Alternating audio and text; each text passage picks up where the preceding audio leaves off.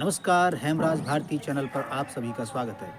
प्रिय बंधुओं, यदि आपने अभी तक हमारे चैनल को सब्सक्राइब न किया हो तो प्लीज़ हमारे चैनल को सब्सक्राइब करें और यदि कोई वीडियो पसंद आए तो लाइक अवश्य करें। यदि कोई सुझाव हो तो हमें कमेंट में अवश्य दें। बेल आइकन यानी घंटी सबसे ऊपर 3 घंटी में से पहले आल वाली घंटी को अवश्य दबाएं, जिससे कि वीडियो की नोटिफिकेशन आपको सबसे पहले मिलती रहे। धन्यवाद। नमस्कार, हेमराज भारती। संस्कृति कहां से होगी? संस्कृति तो एक ही है, वर्णाश्रम संस्कृति। इसी से दुनिया की सभ्यताओं ने जन्म पाया है। अब बोलो नेताजी के हिसाब से भारत राष्ट्र है कि नहीं है? बोलो है कि नहीं है? भारत एक राष्ट्र है, निश्चित रूप से राष्ट्र है। और एक छोटा सा प्रश्न और खोलकर फिर मैं विषय पर आता हूं, जो विषय मुझे आपसे बात करनी है। स्वामी जी, मेरा समय हो जाए तो बता देना। हाँ, धर्मेंद्र जी बता दीजिएगा। आदमी का समय हो जाए तो उसके मुंह में गंगा जल डालने के लिए घर वालों को समय बता देना। कितना समय बता रहे हैं? 10 मिनट। ये तो गड़बड़ हो जाए। फिर मैं ये विषय छोड़ता हूँ, मैं सीधे अपने विषय पर आता हूँ। जो मुख्य विषय है वो बताता हूँ। नहीं तो मैं सोचता था कि तुम्हें इंडिया शब्द और भारत शब्द के बारे में भी थोड़ा सा बताऊं, फिर कभी बताएंगे, आज समय नहीं। 4 घटक बताए मैंने देश के। पहला घटक क्या था? भूमि। दूसरा, भूमि पर रहने वाले लोग। और तीसरा, इन लोगों का भूमि पे मालिकाना हक। और चौथा, संस्कृति। आओ देखते हैं ये देश कितना सुरक्षित है। ये 4 घटक इस देश के कितने सुरक्षित हैं। पहले 3 घटक मिलकर बनाते हैं राष्ट्र का शरीर, और चौथा घटक जो संस्कृति है वो होती है उस राष्ट्र की आत्मा। ये चारों चीजें, ये 3 जो शरीर के हैं और एक आत्मा, ये कितने सुरक्षित है, इसे जानने का प्रयास करते हैं। देश आजाद हुआ कब? 1947 में। अंग्रेज देश को छोड़कर कब गए? 1941। अच्छा, नाटा हो गया। 46 में, 45 में, क्या 44 में? कब गए देश को छोड़कर अंग्रेज? एक महान आदमी इस देश में आए। उनके आने के बाद उन्होंने आंदोलन इस देश में खड़े किए। मैं बहुत सम्मान करता हूँ आदरणीय महात्मा गांधी जी का। आदरणीय महात्मा गांधी जी ने इस देश में स्वतंत्रता का आंदोलन छेड़ दिया। स्वतंत्रता का आंदोलन इतना प्रबल हुआ कि अंग्रेजों के अंत तक घुटने कांप उठे और वो इस देश को छोड़कर चले गए। मित्रों, बंधुओं, जिस समय गांधी जी आए पूरा देश गुलाम था। गांधी जी की बहुत बढ़िया सत्याग्रह इस देश में शुरू किया। उन्होंने अपना प्रतीक बनाया चरखे को, और उन्होंने चरखा चलाया। अंग्रेज कांपने लगे। चरखे को उन्होंने दूसरे गियर में डाल दिया। अंग्रेजों के पांव उखड़ गए। धीरे धीरे चरखा तेज होता गया और अंग्रेजों को लगा भारत में रहना असंभव है, वो देश को छोड़कर चले गए। ऐसी कहानी लोग बताते हैं। लेकिन कुछ और भी लोग हैं जो इस कहानी को नहीं मानते। वो दूसरे 4 कारण बताते हैं कि देश को अंग्रेजों को छोड़कर जाने के 4 कारण हैं। पहला कारण ध्यान से सुनो, सेकेंड वर्ल्ड वॉर। 40 के दशक के शुरू होते ही दूसरा विश्व युद्ध शुरू हुआ, और दूसरे विश्व युद्ध में अडोल्फ हिटलर ने इंग्लैंड को पूरी तरह तबाह कर दिया, बर्बाद कर दिया पूरी तरह। इंग्लैंड पर 2 लोगों ने हमले किए। पहला नेपोलियन बोनापार्ट और दूसरा था Adolf Hitler. Napoleon Bonaparte England का उतना कुछ नहीं बिगाड़ पाया जितना हिटलर ने बिगाड़ा। हिटलर ने पूरी तरह नेस्तो नाबूद कर दिया। इंग्लैंड की हालत ऐसी हो गई कि इंग्लैंड को अपना जीवन बचाना मुश्किल हो गया, और अंततोगत्वा इंग्लैंड ने निश्चय किया कि उसे दुनिया के कुछ उपनिवेशों से अपना कब्जा छोड़ना पड़ेगा, नहीं तो सर्वाइवल मुश्किल है। और उस समय जब अंग्रेज यानी ये इंग्लैंड के लोग, ये ईसाई, जब इतने खस्ता हाल हो गए कि धन से, सब तरह के बल से कमजोर पड़ने लगे, तो इन्होंने कुछ उपनिवेशों को जब छोड़ने का निर्णय किया तो उन्हीं में से एक उपनिवेश का नाम था भारत। ये पहला कारण कि अंग्रेज भारत को छोड़ करके गए। दूसरा कारण, नेताजी सुभाष चंद्र बोस ने गांधी जी से नाराज होने के बाद इस देश से बाहर निकलकर सेकेंड वर्ल्ड वॉर में बंदी बनाए गए लोगों को मुक्त कराकर उनकी एक सेना बनाई। नाम क्या था सेना का? आजाद हिंद फौज। आजाद हिंद फौज बनाकर अंग्रेजों पर हमला कर दिया और अंग्रेजों के दांत खट्टे कर दिए। पहला प्रहार इतना भयंकर था कि अंग्रेजों को लगा अब इस देश में रहना मुश्किल है। चाहे नेताजी सुभाष चंद्र बोस जीते चाहे हारे, लेकिन अब इस देश में बने रहना बहुत मुश्किल है। तीसरा, इस देश के भीतर जो सेना थी अंग्रेजों के पास, उसमें 100% भारतीय सैनिक थे। उन्होंने विद्रोह कर दिया। उन्होंने कहा हम अंग्रेजों के शासन में नहीं रहेंगे। ये तीसरा कारण। और चौथा कारण, देश के भीतर पंडित राम प्रसाद बिस्मिल, चंद्रशेखर आजाद, भगत सिंह, अनुशीलन समिति, चापेकर बंधु और न जाने कितने संगठन उठ खड़े हुए जिन्होंने सशस्त्र क्रांति छेड़ दी और अंग्रेजों को चुन चुन कर मारना शुरू कर दिया। ये 4 मुख्य कारण थे जिनके कारण ईसाइयों को लगा कि अब इस देश में अपनी सत्ता संभालना मुश्किल है और लगभग 1945 का अंत आते आते इस देश के सारे अंग्रेज इस देश को छोड़कर चले गए। लेकिन जाते जाते वो अपने हाथ पर लगी हुई कालिख इसी देश के कुछ लोगों के मुंह पर पोत गए। कहा हम तो जा रहे हैं लेकिन इसके बाद सत्ता तुम्हें संभालनी है। और जब इस देश की सत्ता हाथ में आई,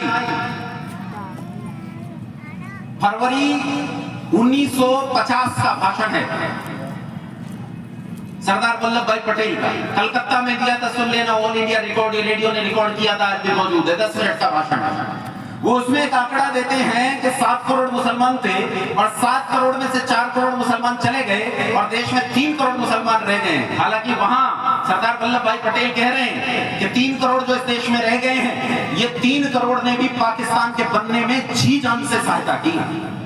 वो ये कह रहे हैं। पिछले दिनों में एक जगह गया, मुजफ्फरनगर में एक जगह गया तो वहां कुछ लोग नाराज हो गए। पिछले दिनों एक आंदोलन चला दिल्ली में, उस आंदोलन के कारण कुछ लोगों का रुख बदल गया। उनके गांव में कार्यक्रम था, वो नाराज हो गए, उठकर कहने लगे सारे मुसलमान आतंकवादी नहीं होते, हिंदू भी आतंकवादी होते हैं। मैंने कहा हिंदू आतंकवादी होते हैं उसकी सूची तो आपके पास होगी, पर मुसलमान आतंकवादी होते हैं इसकी सूची मैं देता हूं। और तुमसे एक बात कहता हूं कि मुसलमान कोई आतंकवादी नहीं होता, 100% मुसलमान आतंकवादी होता है।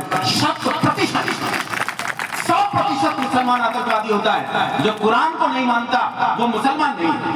और कुरान कहता है कि काफिर को जहां पाओ वहीं कत्ल कर दो। बोलो ऐसा आदमी जो इस पर ईमान लाता है वो आतंकवादी है कि नहीं है? बोलो आतंकवादी है कि नहीं? 100% आतंकवादी है। सरदार वल्लभ भाई पटेल कहते हैं 3 करोड़ इस देश में रह गए, 3 करोड़। शांति से रहना चाहते हो तो रह लो, नहीं तो मैं दूसरे उपाय देता हूँ। है, मुझे भाषण से मतलब नहीं है, मैं केवल इतना कहना चाहता हूं कि वहां आंकड़ा दे रहे हैं 3 करोड़। कितने रह गए इस देश में? 3 करोड़। और बंधुओं ये 3 करोड़ आज बढ़कर इस देश में 30 करोड़ हो गए।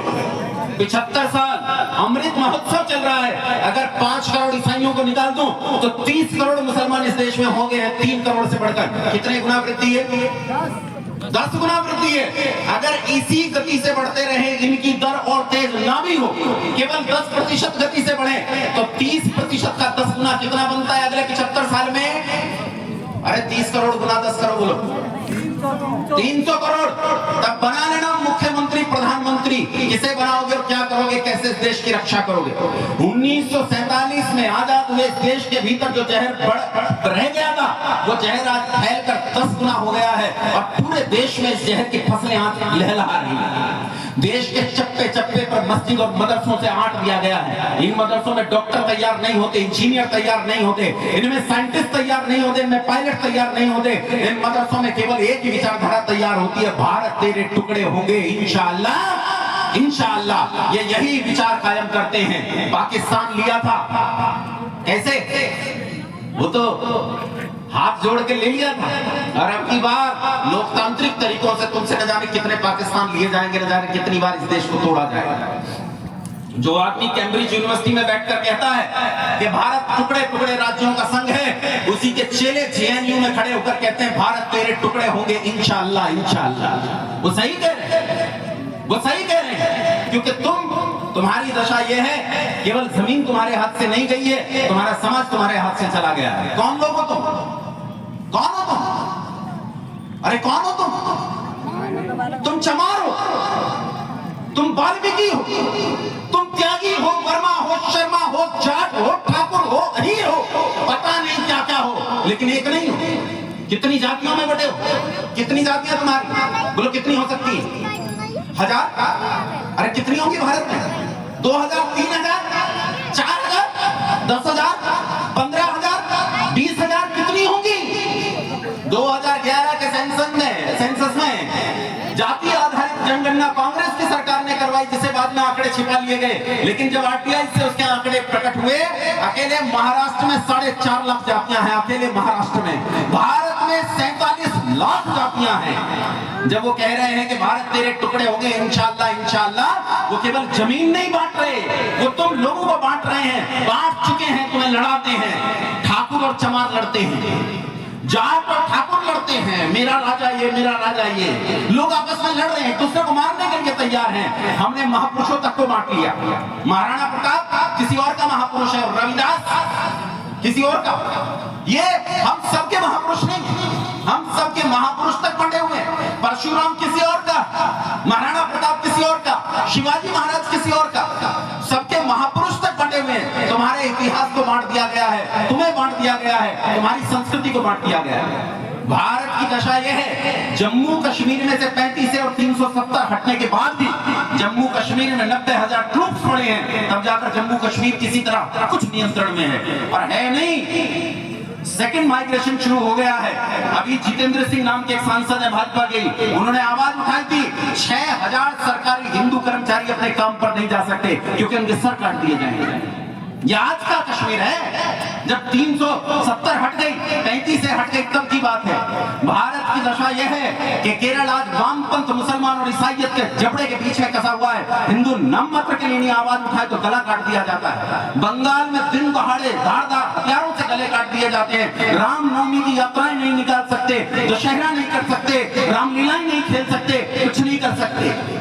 पूर्वोत्तर का पूरा इलाका हिंदू विहीन हो चुका है। मिजोरम में आज 2% हिंदू रहते हैं, मेघालय में 9% हिंदू रहते हैं, नागालैंड में 8% हिंदू रहते हैं। पूर्वोत्तर के 9 राज्यों में किसी एक राज्य में भी 10% हिंदू नहीं रहते, इससे नीचे रहते हैं। वो जब कह रहे हैं भारत तेरे टुकड़े होंगे इंशाअल्लाह इंशाअल्लाह, तो वो सही कह रहे हैं। पिछले दिनों जेएनयू की दीवारों पर लिख दिया गया, बनियो ठाकुरों भारत छोड़ो, लिख दिया गया बनियो ठाकुरों भारत छोड़ो। उनका चेला कन्हैया कुमार जो कहता है कि बनियो ठाकुरों भारत छोड़ो, उसकी लोबी कहती है कि बनियो ठाकुरों भारत छोड़ो। उनका नेता राहुल गांधी अपना जनेऊ निकालकर कहता है कि मैं तो ब्राह्मण हूं, और वही आदमी बाहर जाकर कहता है कि भारत कोई एक राष्ट्र नहीं है, ये टुकड़े टुकड़े राज्यों का संघ है। बंधुओं, तुम्हारी दशा क्या है तुम इसकी कल्पना नहीं कर सकते।